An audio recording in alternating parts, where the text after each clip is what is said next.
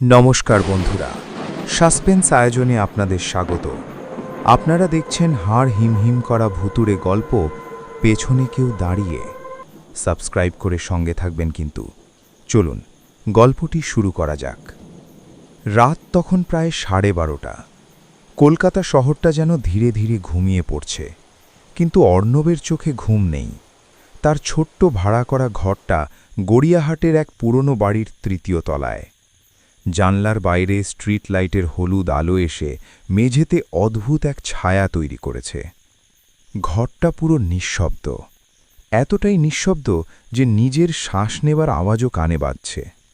Arnab laptop বন্ধ করে বিছানায় শুয়ে পড়ল। চোখ বন্ধ করার সঙ্গে সঙ্গে একটা অদ্ভুত অনুভূতি তাকে গ্রাস করল, যেন কেউ তাকিয়ে আছে তার দিকে। সে হঠাৎ চোখ খুলে চারপাশে তাকাল। কেউ নেই, পাগলামি করছে, নিজের মনে বলল সে। কিন্তু আবার চোখ বন্ধ করতেই সেই অনুভূতি এবার আরও তীব্র, যেন তার ঠিক পেছনে কেউ দাঁড়িয়ে আছে। এই রকম অনুভূতি তো আগে কখনো হয়নি তার। তবে আজ কেন? অর্ণব নতুন এসেছে এই বাড়িতে, মাত্র 3 দিন হয়েছে। বাড়িওয়ালা বলেছিল এটা পুরনো বাড়ি ঠিকই, কিন্তু শান্তিপূর্ণ, কোনো ঝামেলা নাই। প্রথম 2 দিন ঠিকই ছিল, কিন্তু তৃতীয় দিন থেকেই সব কিছু বদলাতে শুরু করল। সেদিন রাতে ঘুমোতে যাওয়ার আগে সে হঠাৎ লক্ষ্য করল ঘরের কোণায় রাখা চেয়ারটা একটু দূরে আছে। সে ফিসফিস করে বলল, আমি তো এমন করে রাখিনি। কিন্তু ক্লান্ত শরীর নিয়ে আর বেশি ভাবল না। রাতে মাঝরাতে ঘুম ভাঙল একটা অদ্ভুত শব্দে, চেয়ার টানার মতো শব্দ। ঘষ ঘষ। অর্ণব চোখ খুলল। অন্ধকারে কিছুই দেখা যাচ্ছে না। সে মোবাইলের ফ্ল্যাশ চালাল। চেয়ারটা এখন তার খুব কাছে এবং বিছানার দিকে মুখ করে, যেন অদৃশ্য কেউ বসে তাকে দেখছিল। তার বুক ধড়ফড় করতে লাগল। আরে, এটা আমি ঘোরাইনি, সে কাঁপা গলায় বলল। পরদিন সকালে সে বাড়িওয়ালার কাছে গেল। দাদা, রাতে কেমন একটু অদ্ভুত লাগছে। বাড়িওয়ালা হেসে বলল, নতুন বাড়ি তো একটু মানিয়ে নিতে অস্বস্তি হবেই। না, মানে মনে হচ্ছে চেয়ারটা যেন নিজে নিজে নড়ছে। বাড়িওয়ালার মুখের হাসিটা একটু থেমে গেল। তুমি রাতে ঠিকমতো ঘুমাও তো? হ্যাঁ, কিন্তু। বাড়িওয়ালা বলল, দেখো, এসব ভাবনা মাথায় আনো না। পুরনো বাড়ি, কাঠের জিনিস, একটু আওয়াজ হবেই। অর্ণব কিছু বলল না, কিন্তু তার মনে সন্দেহ বাড়তেই থাকল। সেই রাতে সে ঠিক করল ঘুমোবে না। সে লাইট অফ করে বিছানায় শুয়ে রইল, কিন্তু চোখ খোলা। ঘড়ির কাঁটা ধীরে ধীরে এগোচ্ছে। 1টা, 2টো। হঠাৎ ঘষ ঘষ, সেই শব্দ। চেয়ার আবার নড়ল। অর্ণবের বুকের ভেতরটা ভয়ে ঠান্ডা হয়ে যাচ্ছে। সে ধীরে ধীরে মাথা ঘুরিয়ে তাকাল। সে দেখল অন্ধকারে একটা ছায়া মতো কিছু। চেয়ারের পেছনে কেউ দাঁড়িয়ে আছে মনে হচ্ছে। অর্ণব চোখ বড় বড় করে তাকিয়ে রইল। ছায়াটা নড়ছে না, শুধু একই জায়গায় দাঁড়িয়ে আছে আর তাকিয়ে আছে তার দিকে। কে ওখানে? অর্ণব কাঁপা গলায় বলল। কোনো উত্তর নেই। সে উঠে বসার চেষ্টা করল, কিন্তু শরীর যেন জমে গেছে।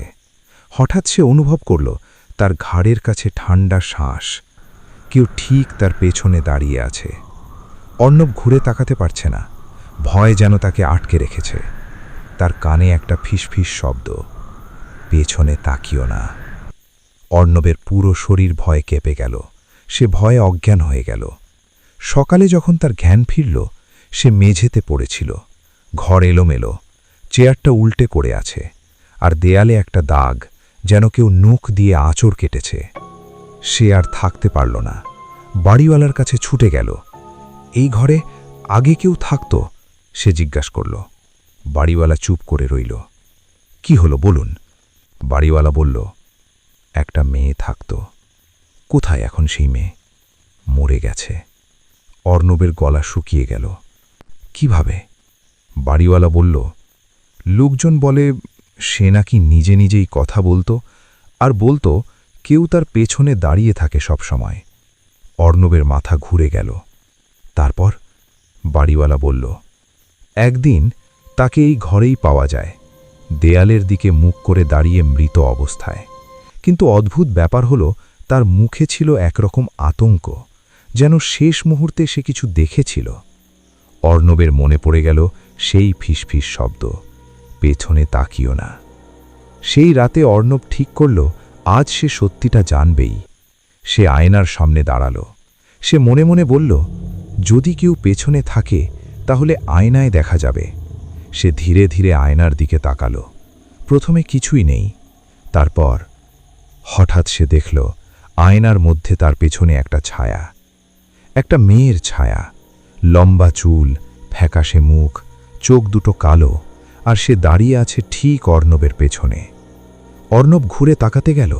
হঠাৎ আয়নার সামনেই মেয়েটা মুখ ভেসে উঠল, ফিসফিস করে বলল, পেছনে তাকিও না। অর্ণব থেমে গেল, তার শরীর ঠান্ডা হয়ে গেল। যদি তাকাও তুমি আর ফিরতে পারবে না। কিন্তু অর্ণব কৌতূহলী, ভয় পেলেও সত্য জানতে চায়। অর্ণব ধীরে ধীরে ঘুরে তাকাল, আর সেই মুহূর্তেই তার পৃথিবী বদলে গেল। ঘরটা আর আগের মতো নেই। দেয়ালগুলো কালো, চারপাশে আঁচড়ের দাগ, আর তার সামনে দাঁড়িয়ে আছে সেই মেয়েটা। এবার আর ছায়া নয়, বাস্তব। তার চোখ থেকে কালো জল পড়ছে। তুমি কেন তাকালে? সে বলল। অর্ণব চিৎকার করতে চাইল, কিন্তু শব্দ বেরোল না। মেয়েটা এগিয়ে এলো। এখন তুমি একই জিনিস দেখবে যা আমি দেখেছিলাম। হঠাৎ অর্ণব অনুভব করল তার পেছনে আবার কেউ দাঁড়িয়ে। সে ধীরে ধীরে ঘুরে তাকালো, আর দেখল আরও একটা ছায়া, আরও ভয়ঙ্কর। মানুষ নয়, যার মুখ নেই, শুধু অন্ধকার।